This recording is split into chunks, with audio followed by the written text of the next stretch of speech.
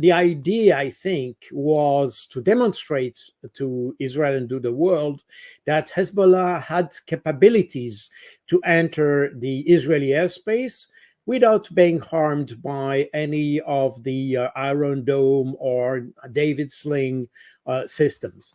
And in fact, I remember that these overflights were seen with extremely the concern by the Israeli general staff, because they saw that their airspace is absolutely not tight. So, and as they launched this operation against Fuad Shukr in Beirut a couple of weeks ago, Hezbollah vowed to reply.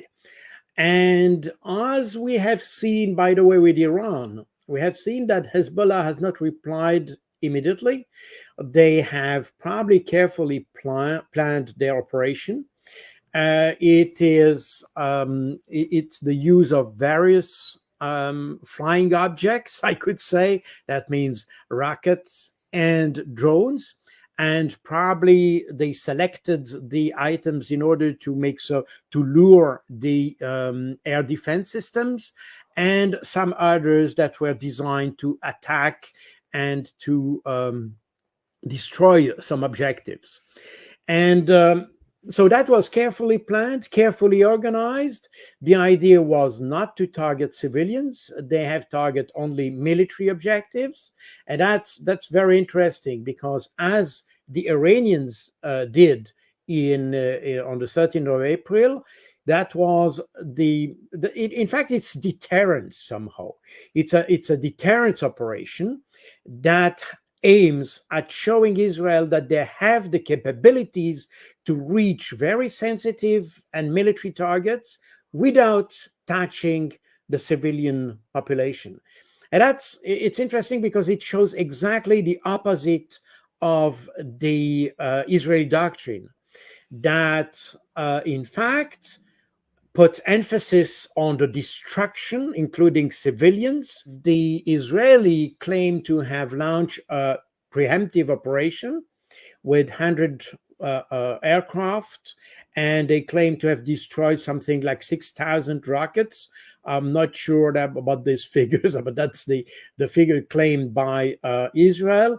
In my view, it's a very, very, let's say, overestimated result, but okay, that's what they say. The thing is that apparently this preemptive strike didn't preempt anything, because Hezbollah was able to respond with 340 drones and rockets on selected targets. And these targets, they are basically what we can see that according to the data provided by the Hezbollah, so that's Operation Arbain, and you see the targets in the occupied Golan here. They are all military base, military settlements, and intelligence gathering situation, like in Meron, for instance, here in the middle. This is an intelligence gathering installation that was, in fact, targeted many times by Hezbollah, successfully targeted by Hezbollah several times in the last 6 months. And we see different targets that have been already targeted, by the way, by Hezbollah. And apparently the air defense was not able, even if it was replaced by Israel, it was not able to protect these sites.